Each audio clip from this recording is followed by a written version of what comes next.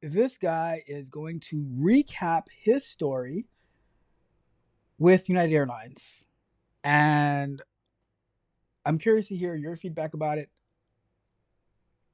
I really want to know what happened. All right, so let me put up the banner for this one. Was this a United Airlines scam? Was this a scam? Let's find out together. I think initially, and I can't blame them, I don't think they believed me. I didn't. Yeah, it was like, okay, buddy, sure. When Dan Smoker emailed Steve on your side, he thought he was waiting for a refund from United for a failed attempt at rebooking a flight. It was going to be 18 days going all over Europe, doing a Mediterranean cruise. Their flight from DIA to London got canceled, so Dan spent an entire morning on the phone with United trying to rebook.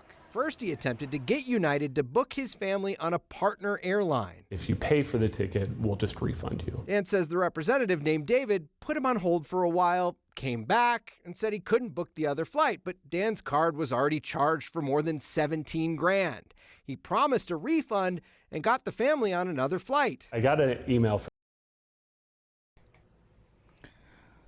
Now, I don't know about you guys, right? But I personally would not be able to stomach my flight being canceled. And now I just say, well, here's another 17 grand that I'm going to go and pay to get on another flight to go to Europe. But then again, this is why I stay home. I don't like inconvenience. I don't like headaches. I don't like going to places that don't speak English. I don't like none of that stuff. Like, I just stay myself home.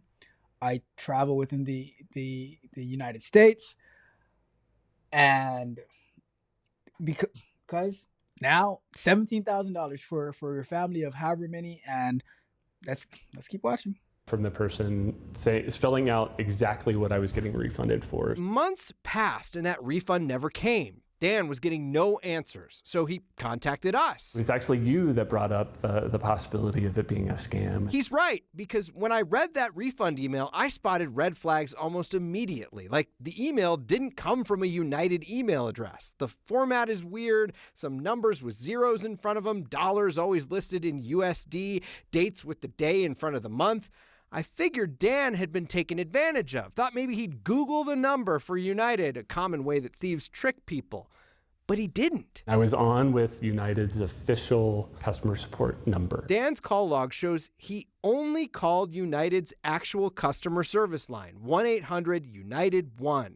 Even lists a 3-hour phone conversation, the one where Dan says David took that 17 grand. The more I looked into it, the more clear it became that it was a scam via United's system somehow. How that happened, I have no idea. Steve on your side contacted United, who told us they have record of Dan's calls that morning. The one they do have, which is the same as the one that I talked to David for over 3 hours, 3 hours and 18 minutes, they show as a 13-minute call. And they say that at that point, I had dropped off and they don't have any further recording. But Dan's call log shows that call continued for hours. I got put on hold by that person. It was a female.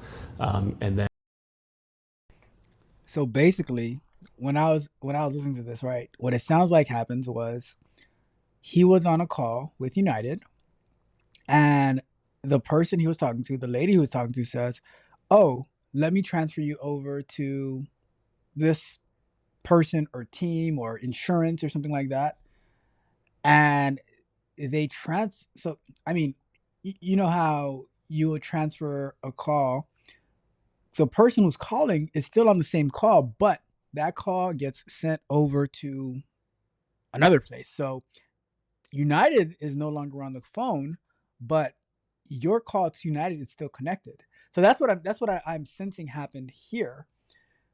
The question is, who did he get transferred to? And the next person to come back was David. United did tell us the number David left in that refund email called into their call center too the same morning, which makes sense. David is ultimately the one that got us on the flight via Newark. that got us to London. Dan's credit card statement shows a bunch of charges marked as United. What I don't understand, though, here's what I don't understand. How did David get him on the flight via Newark? And what, like, who did the $17,000 go to?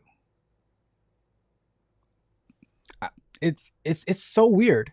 For seat upgrades on the flight they eventually got on. But it also shows that $17,000 charge to a generic company called Airline Fare. I did dispute the charge with my credit card. You know, it's not even about United paying the $17,000. Dan just wants to know how he called United and got David.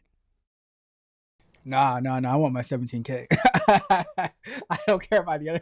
I would want my 17,000. I would want my 17,000. I'm just saying. I was gonna lie to you, but I had to tell the truth. I'm just being honest. A United spokesperson told us that they've been in contact with Dan and they're now reviewing the matter thoroughly, though they wouldn't tell us more about how that call ended up getting to David in the first place. And Dan told us today that the representative he's been working with said that they won't be able to share any details of any security investigations with him. I'm Steve Stager. Steve on your side, 9 News. Kind of stinks that they can't tell them what they find. I know, and it seems so sophisticated. You know, in this case, I got to tell you, I instantly thought, okay, he must have Googled that number, right? Because we've heard about a lot of people who go online and Google, and I'll tell you never to do this, always look at it for a number on a trusted source, who go online and Google and find a phone number and then think they're talking to United, but actually are talking to someone else. In this case, he was talking to United. They have record of him on the phone with United. Then United told him that it sounds like the call drops. That's the end of that recording. And that's when he says David got on the line and starts talking him through all sorts of different stuff and ends up out $17,000. It's a lot of money. Yeah. There's just so many ways to get people anymore. All right, Steve, thank you. Thank you. Mm-hmm. So here's what I think happened, right?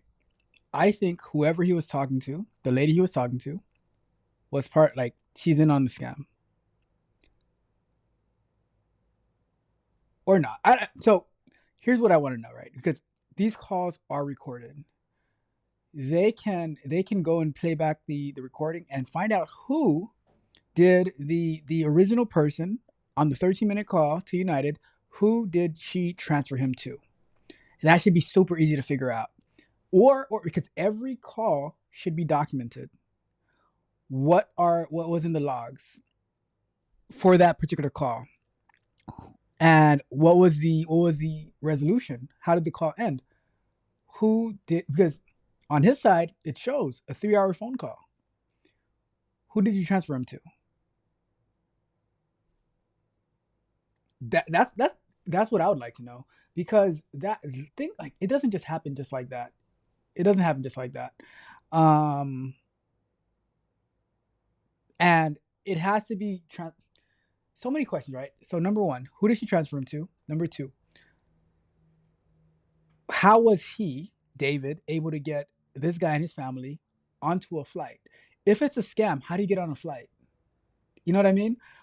Because he still was able to travel and go have a good time across the world. But he didn't get a refund.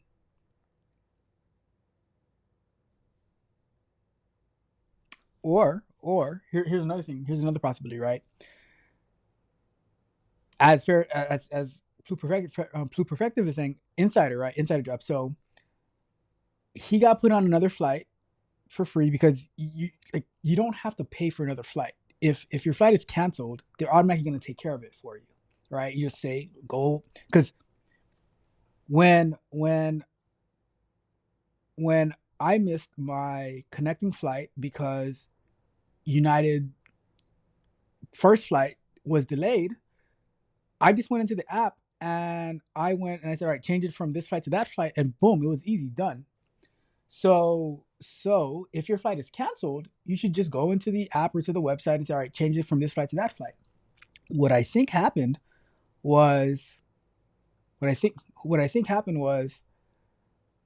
She sent him to the other guy, paid $17K, and they're texting back and forth saying, hey, just put him on, like, this is what I agreed to him with him. Do these changes, and that's like free of charge on the United system. But he is getting that $17K, and he probably split with her. Definitely an insider job. Definitely an insider job. Allegedly. They scream their pain through broken glass. Their tears fall slow but never last. A million voices, a fractured sky. Who picks the ones for whom we cry? They wave their flags and cry their tears, but who's to say what pain appears? 1,000 voices screaming plea, but who decides which ones we heed? They paint their wounds in neon light, a spectacle, a stage invite. But shadows lurk where no one sees. The silence screams in whispered pleas. Tell you where to stand, whose heart to hold, whose trembling hand. But pain is pain, no rank, no throne. Empathy is not something you own. They paint the world in black and white, a battle stage for wrong and right. But every shadow hides a scar, each story different, near or far. Who chooses who your heart should chase? Who tells you which pain gets a face? Compassion's chains, they pull you near, but who decides what grief to hear? They try to tell you where to stand, whose heart to hold, whose trembling hand. But pain is pain, no rank, no throne. Empathy's not something you own.